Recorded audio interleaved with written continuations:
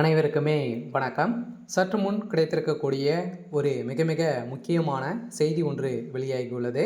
சற்று முன் சட்டசபையில் ஸ்டாலின் வெளியேற்றம், இது மாதிரி பார்த்தீங்கன்னா செய்திகள் வெளியே இருக்குது. அதிரடியாக பார்த்தீங்கன்னா நேற்றிலிருந்து தமிழகத்தில் சட்டப்பேரவை கூட்டம் நடைபெற்று வருது.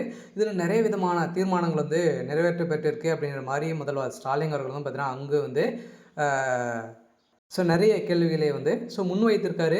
இருந்தாலுமே எதிர்க்கட்சி தலைவர்கள்லாம் பார்த்தீங்கன்னா எந்த ஒரு நலத்திட்டங்களுமே செய்யலை. இது வரைக்குமே அவர் சொன்னது இது 10% கூட பார்த்தீங்கன்னா இது வரைக்குமே செய்யலை அப்படின்ற மாதிரி சட்டப்பேரவையில் முதல்வர் ஸ்டாலின் மீது நிறைய குற்றச்சாட்டுகள் எழுந்திருந்தது. அதே மாதிரி இந்த கரூரில் நடந்த சம்பவத்தின் அடிப்படையிலும் இப்போ பார்த்தீங்கன்னா இந்த தீர்ப்பின் அடிப்படையிலும் ஏற்கனவே நடந்ததுலேருந்து பார்த்தீங்கன்னா அவர் திமுகவுடைய ஆட்சிக்கு வந்ததுலேருந்தே செய்த அனைத்து குற்றங்களுமே பார்த்தீங்கன்னா முன்வைக்கப்பட்டிருந்த நிலையில் அதிரடியாக அங்கே ஒரு மிகப்பெரிய கலவரங்கள் ஏற்பட்டது.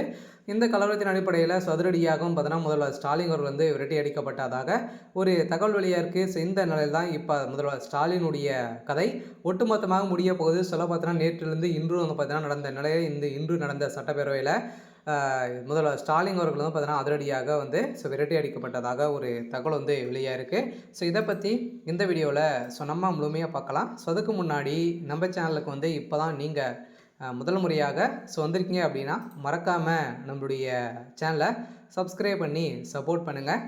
வாங்க வீடியோக்குள்ளே போகலாம்.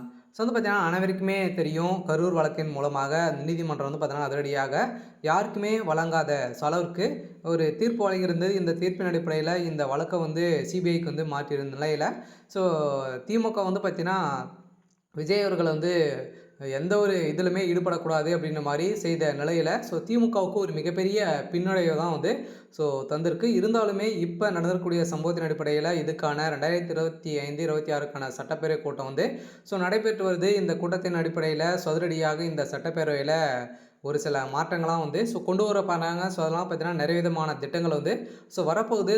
இந்த சட்டப்பேரவையில் அதிரடியாக பார்த்தீங்கன்னா ரேஷன் அட்டைகளுக்கெல்லாம் அனைவருக்குமே 5,000 ரூபாய் கொடுக்க போகிறதும் ஒரு பரபரப்பான ஒரு தகவலும் வெளியாக இருக்குது. இருந்தாலும் முதல்வர் ஸ்டாலின் அவர்களை இப்போ அதிரடியாக சட்டப்பேரவை வெளியேறியதாகவும் அங்கு பரபரப்பை ஏற்படுத்தியிருக்கு.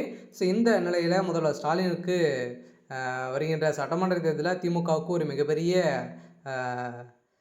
கேள்விக்குறியாகவே இருக்குது. போட்டியிடுமா அப்படின்றது பெரிய டவுட்டாகவே இருந்தாலுமே இப்போ அதிரடியாகவும் பார்த்தீங்கன்னா ஒரு செய்த அனைத்து நலத்திட்டங்களுமே பார்த்தீங்கன்னா சிறுக்க செஞ்சுருக்கக்கூடிய நிலையில் எந்த ஒரு நலத்திட்டங்களுமே செய்யலை அப்படின்ற மாதிரி முதல்வர் ஸ்டாலின் மீதே குற்றச்சாட்டுகள் எழுந்திருக்கு.